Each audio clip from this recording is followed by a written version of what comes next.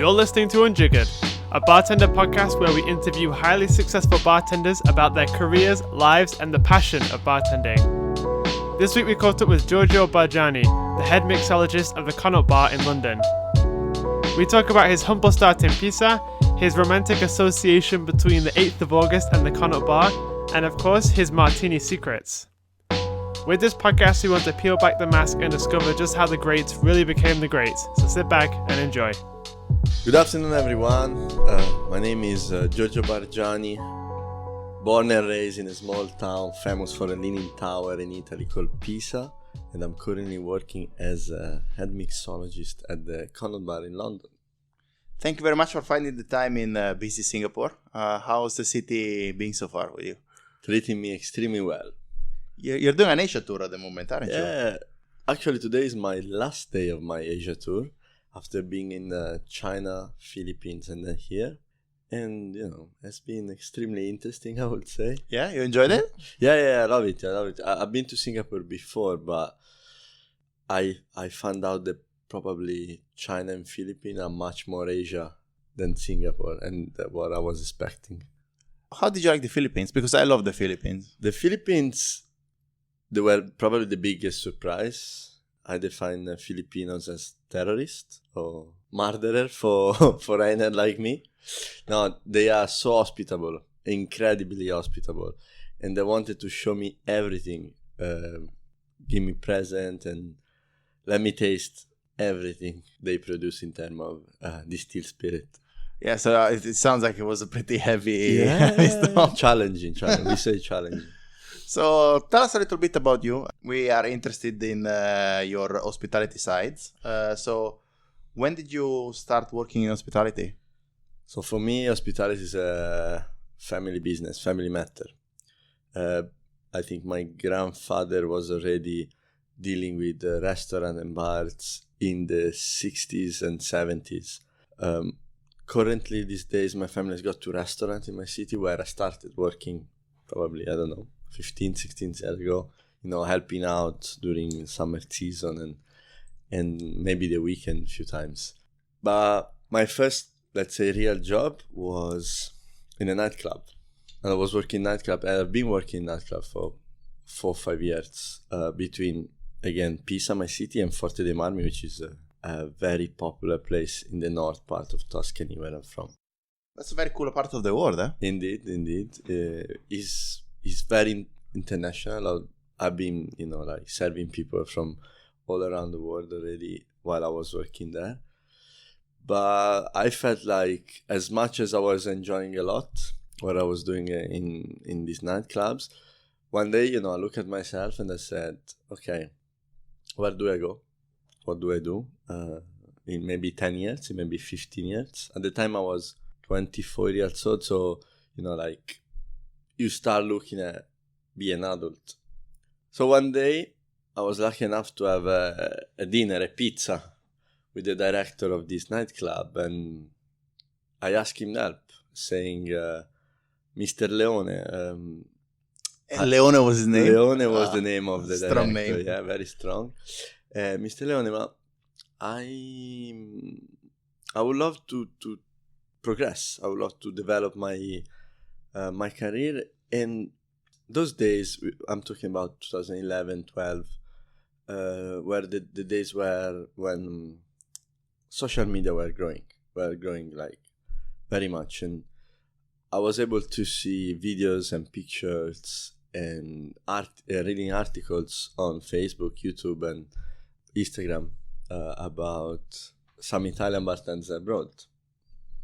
The first example I could make for sure Simone Caporale or Ago Perrone, which I'm very lucky to work with today.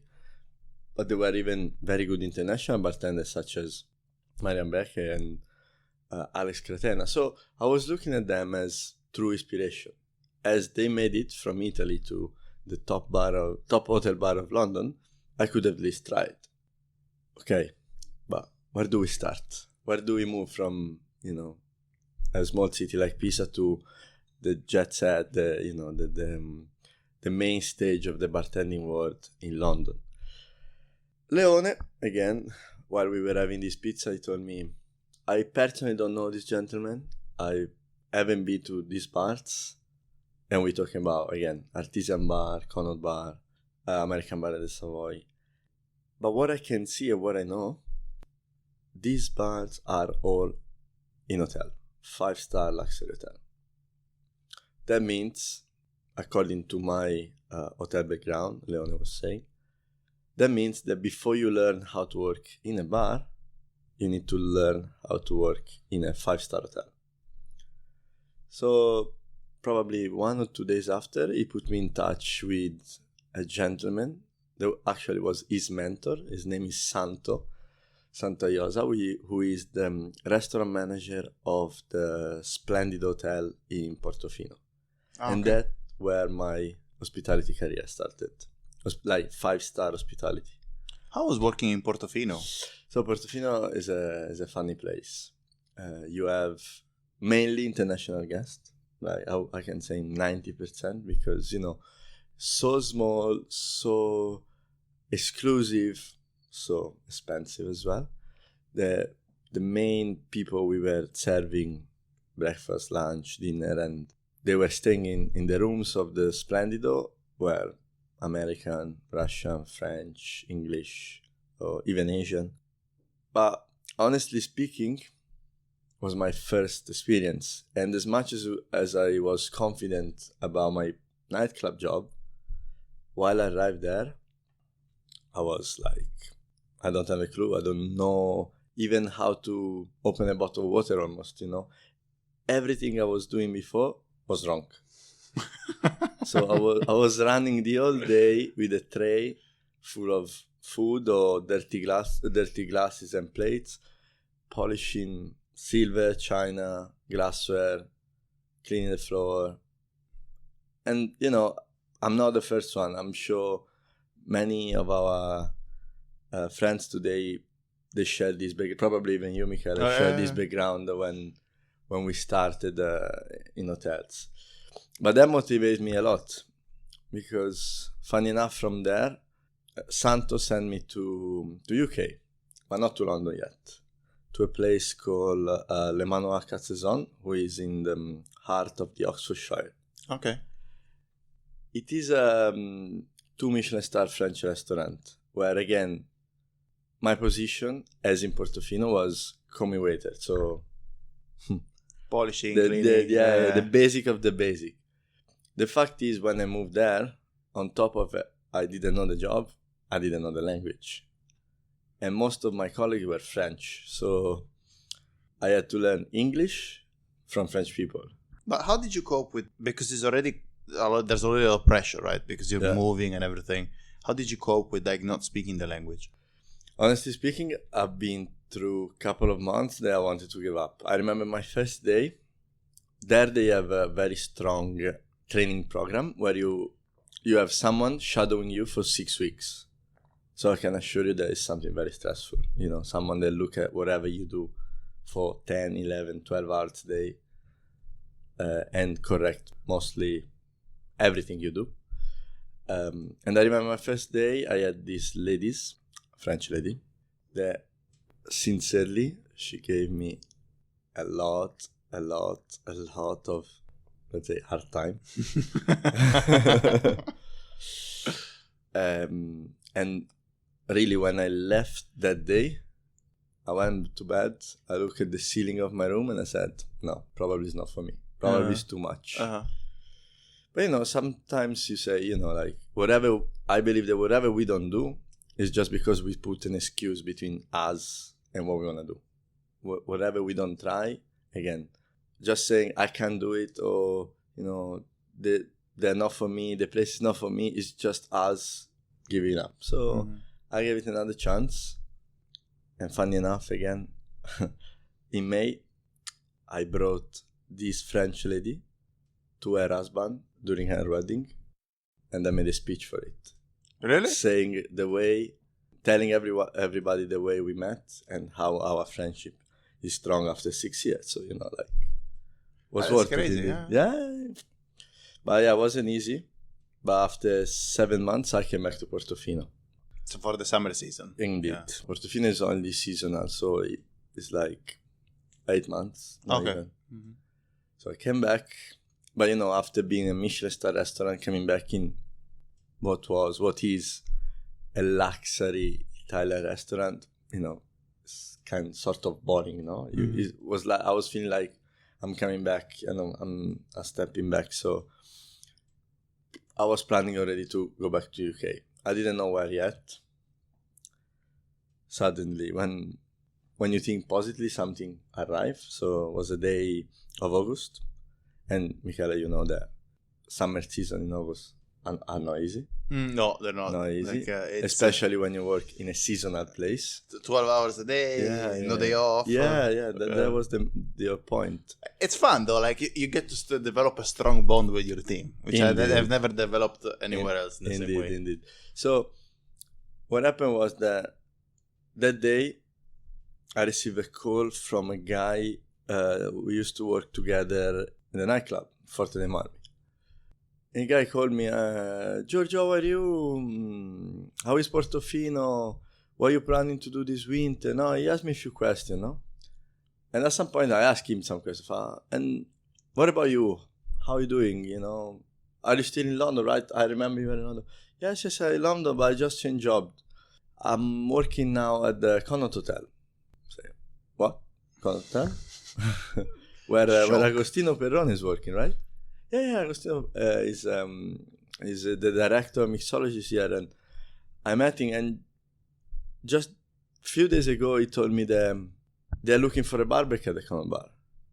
So can I apply for it? No, I was like, why are you telling me that? No, I already talk about you with them, and please send the CV so we can organize an interview, and you can eventually come here and work at the Connaught Bar as a barback.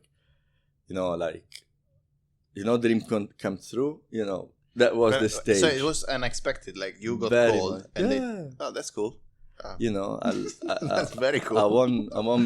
I will never be grateful enough with this guy, and again, incredible for me. The guy at the time was commis sommelier when he called me. So again, basic sommelier job.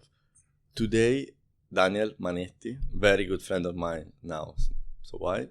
He's a director of wine of the Connaught. So we progressed even, let's say, together. But my first answer when he said, okay, let's send the CV and organize interview was, okay, yeah, I'll come end of September when the summer season finish. They told me, but they're looking now. They're not looking at end of September. So, probably you might lose this train if you don't come, if you don't try now. So, okay. I can't miss it. So I went to my restaurant manager, to Santo. I need to go to London for 3 days for an interview. That was the 5th of August. So, oh man, Santo, look at me. Where you want to go? London? Doing what? Now, the only thing I can guarantee you is your day off and the late shift the day after. Okay. So what I did, in less than a day, I went to London. I did an interview. I did a trial shift. And I came back, Whatever it was, for me was already an extremely high accomplishment to have done a day at the Connaught Bar together with Dago and together. So, what year was this? What year was 2014. 2014. Okay. And the day of my interview trial shift was the 8th August 2014. I found out after that the Connaught Bar opened its door the 8th of August 2008. So 6 years after, I was there. Coincidence, be too Italian and too romantic, but it is what it is, no? I don't want to say the rest is history, but more or less, after this interview, I did another one, beginning of September. Same story, in and out. And the 18th of September 2014, I started as a barback at the Connaught Bar. Might sound not so exciting as barback is no CEO or MD or general manager, but what I wanted, and I got it in less than 2 years. So for me, was kind of a good accomplishment. the fact was that when I arrived there, was like joining Real Madrid and being the least of the least of the least. You know, they didn't hire me because they needed me in terms of skills and knowledge. They just hired me because they needed someone to polish glasses and refill ice and cut through it and so on and so forth. So how do I leave my mark in that place? How do I make it special even more for me? Because, you know, awards, they were there already. There was like Ago, but there was like Rusty that won cocktail competition globally, and the whole team was very strong. You know, they were all working as a solo. You know, they were very much connected and linked together. Let's say after 1 year, most of this strong team left almost at the same time. I was lucky enough to work behind the bar after already 4 months I was working there. So I did, let's say, pretty fast for Londonese to get promoted and carry on. But at this stage, we lost a bar manager, assistant bar manager. Rusty, that was there for a while. Susanna, his wife, very strong lady on the floor.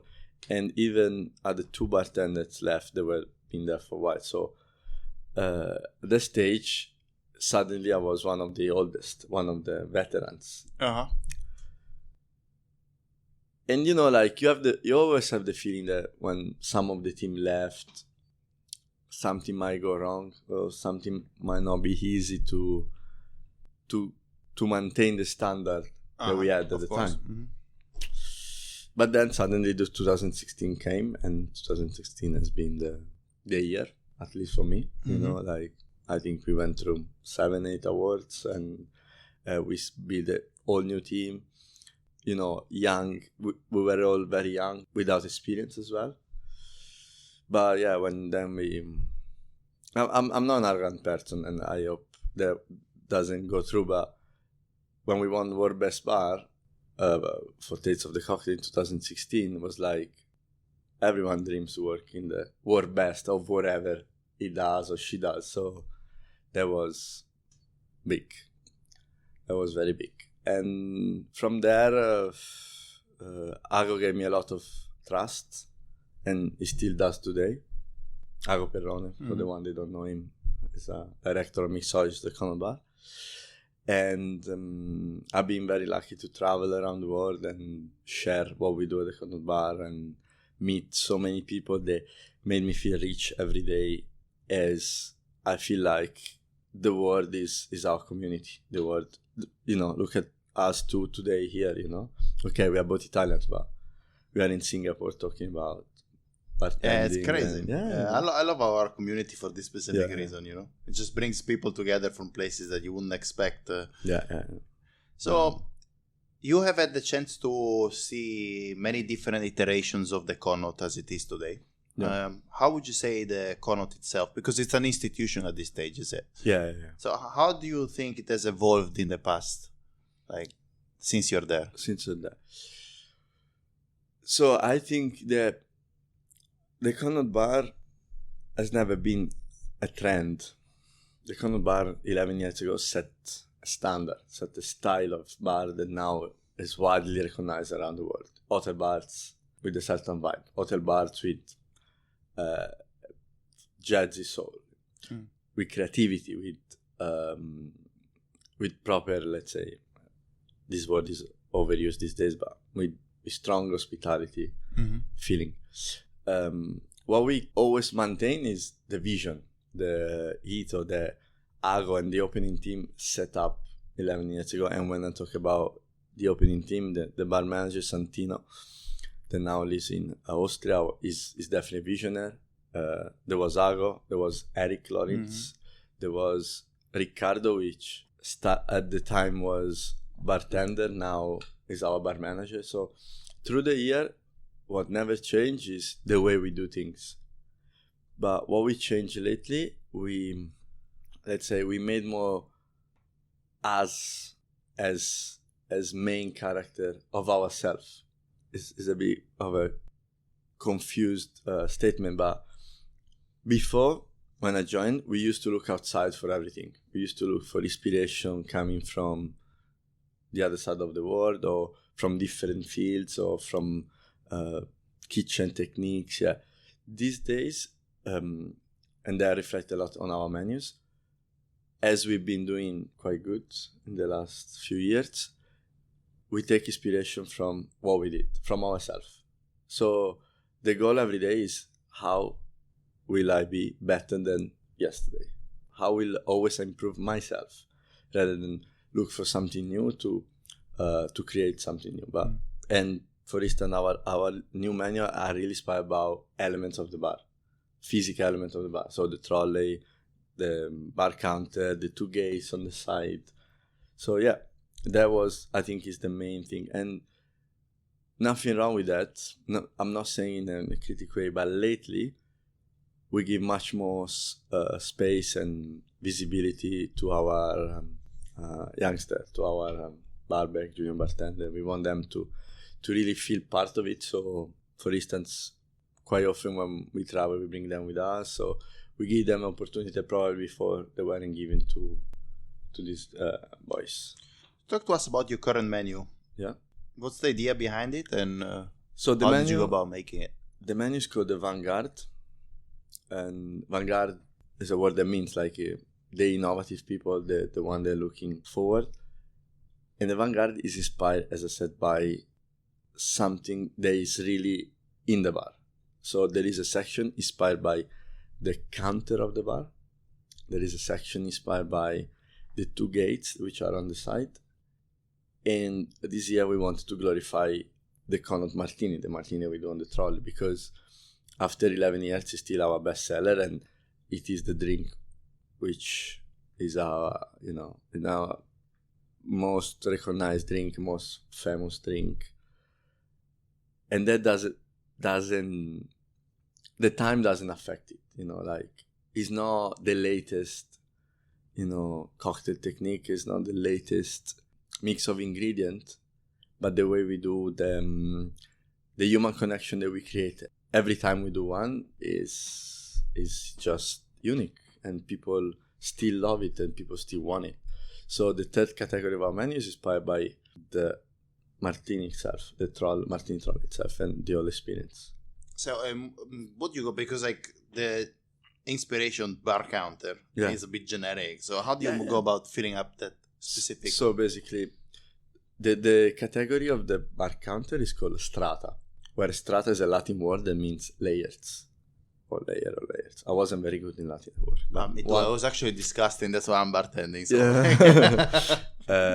so the drinks inspired by the bar, this bar top stick, call it as you like, are coming from either the fact that it's a solid piece of the bar. So the drink you find in that category, they might be full body, well structured, spirit forward. At the same time, we use like the shape. So we have a drink that has got a strong round shape like the bar, or the color of it, or the fact that it's probably the first thing you see. So there is a drink called Primo, that in Latin means first, and in Italian too. So we really take whatever is real or abstract of that counter, and we create drinks. For the other category, the one of the gates, for instance, which is called Verve, we have a drink with all the ingredients which are behind the gates. So looking at the gate, you think, okay, what's behind and what's in the drink? So there is a fridge behind the gate that has got 45 wine, port, and red wine, together with gin and Geneva right on the side. So in the drink there are all these elements. Uh-huh. We want to play it in a way that the guests could really see what we say. Uh-huh. Could really, because as we all know, working especially in hotel, our clientele is not mainly bartender, chef, restaurateur, or F&B people. We might have people that they don't have knowledge about ingredient techniques and all these things. So we want something that is very much recognizable for them while they are with us. That's very cool. So it sounds abstract, but in reality, probably it's one of the most concrete menus you can possibly get, right? Yeah. Talk to us a little bit about the Martini. It's an icon of yours at the stage. What are the ingredients that you guys use and how do you go about making them? So Martini want to be something personal that change every time. The drink could definitely change every time, as we always use different spirit and different garnish and different bitters, but what always changes is the experience that we give. So we start asking our guests if they either prefer gin or vodka. Once we get the brand of their choice, we move on to if they prefer our organic Amalfi lemon or our Sicilian olive. After that, we have a selection of 5 different bitters. This bitter, we let them smell in order to recall emotions, recall memories, or create new emotion, because we have 5 different bitters, which are coriander seeds, cardamom, lavender, ginseng and bergamot, and tonka beans. So you might be familiar with some ingredient that will recall memories. You might be not familiar at all with some others, so that will create curiosity, will create something. Oh, I never tried it, so one new smell is, okay, let's try the Martini. And that the topic that we always have to engage conversation with our guests is the Martini. But from that, we always try to make it bespoke. We always try to make it unique in terms of the way we talk to people, what we say, and we do this ping pong technique, like you see they have shopping bags, so you ask about the shopping, you just ask maybe how they feel or why they're visiting or where they're from. And it's not something new in hospitality to connect with people, but as a bartender, you don't get to travel with the trolley around the room and speak to each and every guest. That's, I think, the main difference, where you blend your technique, your knowledge, together with these hospitality skills, creating a conversation that is comfortable for both of us. We're not making a lessons, we're not making a masterclass. We just make this Martini to make the guest feel the protagonist and to don't make him or her feel like they are attending a bartending lessons. Because I believe that when you talk too technically about cocktail, for instance, and your guest doesn't understand or doesn't know, feel uncomfortable, and doesn't enjoy as much, so the conversation doesn't grow and is one side conversation. It's just, again, it's a lecture, it's a class, yeah, and it doesn't flow, right? Yeah. But when the guest, like, if you let a guest smell lavender bitter, no, lavender is a popular and common flavor, so they might feel at home somehow. It might feel in a very comfortable zone. Last 3 things about the Martini. We're very much keen on to crystal clear ice. That today is very popular, but probably 11 years ago wasn't as much. We use 3 vermouth. Use Martini extra dry, Noilly Prat dry, and Gancio Bianco to have a different texture, a wider, let's say, set of flavors. And this last, and there is something that's quite signature for us, is the way we pour. We pour from very high in order to get an aeration, to affect a bit the texture of the liquid, and to blend the liquid with the bitter that we don't put in the mixing glass, but we put on the bottom of the glass. It's a very cool serve. Yeah. I mean, it's probably the coolest serve around, right? Yeah. It's been around for 11 years and doesn't get any day older, right? Yeah. And when it comes to that specific Martini, do you have a difference in between your target clientele for that, or does everyone drink it? Like, it's still more like a industry thing, or? No. We have everyone want to try the Martini. Everyone. Even sometimes I've been asked, which Martini do you do? Bianco, Rosso, or Pornostar, or Apple Martini? They just heard about it. A lot of people just heard about it and they want to experience it. Uh-huh. We had on the other side Martini drinkers, and at the same time, of course, we have industry people that want to try it. So I really feel like Martini is really us. It's really something that get everyone. And as Ago often says, we convert no Martini drinker to Martini drinker. And even no Bloody Mary drinker to Bloody Mary drinker as our Bloody Mary. Is it still on the menu, the Bloody Mary? Yeah. Because that's 11 years again. Yeah, that's another one of your signature drinks, is it? Yeah. Talk to us a little bit about the Bloody Mary itself. Bloody Mary, especially in the first menu, being one of the first creative hotel bar, they didn't want to be so edgy or create so weird flavor and combination. So they didn't want to change the DNA of the Bloody Mary. So all the ingredients that you find in a regular Bloody Mary are there. It's just the way you get them. So there is vodka, lemon juice, tomato juice. We have a mix of spices, 8 different spices, sauces, and herbs. But probably the main two different are the fact that we don't serve it on ice and we don't serve it in an eyeball glass, but we serve in a sort of short coupe without ice after we throw. These days throwing is not new anymore, I would say. And instead of the regular celery stick, we juice celery and we create a celery air or foam that works as a filter between your mouth and the juice. So the Bloody Mary hit your palate in a fresher and lighter and more vegetable way. But it's a very cool drink. Yeah. So now that we talked about the bar itself, let's focus for the last moments about you. Yeah. So you mentioned that you went into this specific war machine, which was the Connaught at the time, as a barback. I'm assuming you had a lot of learning and studying to do. Wow. What tools did you use in order to achieve that? So I've been supported a lot by the team, by Ago, first of all. I believe that when you leave school, no one will teach you anything. No one will take you by your hands and show you the way.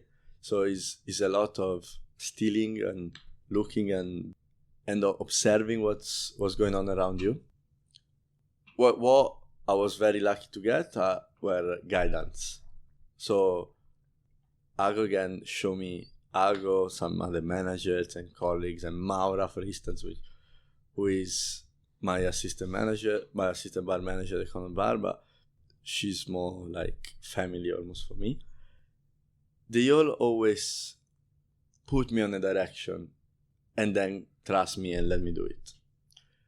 At the same time, the hotel gave me a lot of opportunities of training. I did a lot of training of many different things, not just bars. I did, presentation training. I did public speaking training, complaint handling, challenge situation. So 5-star standards, so many different fields. I did wine training, I did spirit training. So I've probably been very lucky, but what gave me a lot was even my personal researches, such as reading books and websites and stuff, and traveling. Traveling really improves this job, I believe, because while you travel, you see things, you get inspired, you meet people, you create connection, really enrich you in a way that you are better in your job. And something else which is very important for me are the guests that we have. Working in such an international place, you meet people from all around the world and you learn from them every day. Just talking to them, nothing crazy, no asking very complex question or anything, just spend time with the people that are coming to your bar. Yeah, no, I think traveling, it's nowadays is so accessible for us, and it's such an easy thing to do as a bartender because you find bartenders all over the world, and as we mentioned before, it's such a close industry in a way. Yeah. I remember like the first time I traveled to Korea, I didn't know anyone there. Like I was just put in contact person with person. We were just doing some guest shifts there, and the way that people hosted me, I was like, they felt like we've been friends for 50 years, right? Yeah, home. Everywhere I go. Yeah, it's unbelievable, and that's why I love this industry. So, what's the future plan for the Connaught? Are you currently working on a new menu? You launched this one quite recently. No, we launched it last month, so we will start very soon. What we will do soon is open the new bar there will be a new restaurant. We won't take care of it, but we will be involved somehow, and cigar lounge and bakery shop. So that will take some of our time.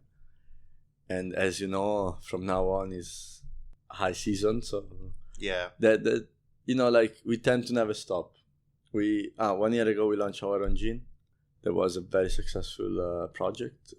We did 1,000 bottles, and we are almost at the end. So very, very happy about that. Who makes it for you? Giorgio Bargiani and Agostino Ferrone. Yeah, but like the distillery. Yeah, we make ourselves. You bake at the bar? Downstairs we have a rotavac. We do a concentrated distillate, and then we dilute it, and that's how we do the gin. We do everything: bottle it, label it, seal it, package. We do the packaging and we sell it. Oh, that's very cool. Yeah. There's no one making it for us. Do you sell it? Where do you sell? Like what in the bar, do you use? Okay. On our website, and we sell by the bottle at the bar, but we sell even in our drinks. We made a few Martinis, I would say, the Connaught Bar gin. What's the volume like? Because you guys must go through a lot of gin. Yeah, so as I said, we did 1,000 bottles, and now we have 200 something left. So there must have been a lot of work. Labor of love. We call it labor of love. Thank you very much for your time, Giorgio. I'll ask you a super last question. Please. What is it, if you could choose your very last drink? I ask this to everybody, so. Okay. I guess it should be a Martini. There must be a Martini. I own a lot to this drink, so, He brought me here today, so. Yeah. Thank you very much for your time, Grazie, Michelone. Thank you very much. We hope you enjoyed our interview with Giorgio. We are Unjiggered_media on Instagram, and you can follow our personal accounts at mmariotti89 for Michele, Alex J. Murphy for myself, and Adrian Bessa for Adrian. Thank you for listening.